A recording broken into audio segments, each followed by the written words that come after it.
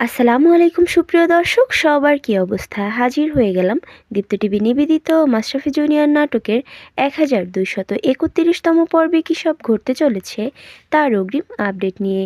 এই পর্বটি কেউ মিস করবেন না, কারণ এই পর্বে আপনারা দেখতে পারবেন নওরিনকে দেখা যাবে সেবার মনির খেলা দেখার জন্য উদ্বিগ্ন হয়ে উঠবে। তখন সুজন অনেক কষ্ট করে টিকিট ম্যানেজ করলে তখন নওরিন ও সুজনকে দেখা যাবে তারা দুজনেই অনেক খুশি হয়ে যাবে এবং তারা তাড়াহুড়ো করে মনির খেলা দেখার জন্য মাঠের উদ্দেশ্যে রওনা করবে। এদিকে আয়ানকে দেখা যাবে সে এবার গাড়িতে বসে চুপি চুপি মনির দেয়া সেই চিঠিটি খুলে পড়তে থাকবে, যাতে মনি তার ছোটবেলার অনেক স্মৃতি, দুঃখ, কষ্ট, তার স্বপ্ন পূরণের পথে সকল বাধা বিপত্তির কথা সবকিছু লিখে রেখেছিল।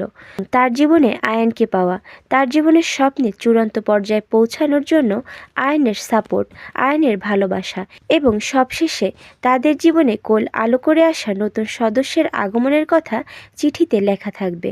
নতুন সদস্য আসার কথা শুনে আয়ানকে দেখা যাবে সে অনেক বেশি খুশি হয়ে যাবে। চিঠিটি পড়া শেষ হলেই আয়ানকে দেখা যাবে সে খুশিতে গাড়ি থেকে নেমে মনির কাছে যাওয়ার জন্য দৌড় দিবে। পুরো রাস্তা যেতে যেতে আয়ানকে দেখা যাবে মনির প্রতি তার চোখে মুখে অন্যরকম একটা ভালোবাসা, অন্যরকম একটা অনুভূতি কাজ করবে।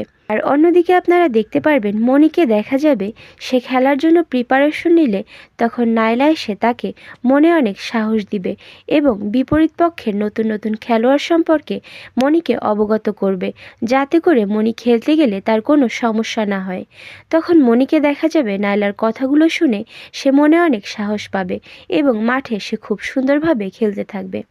সো ভিউয়ার্স, মাশরাফি জুনিয়র নাটকের অন্তিম পর্ব কী সব ঘটতে চলেছে তা দেখার আমন্ত্রণ রইল।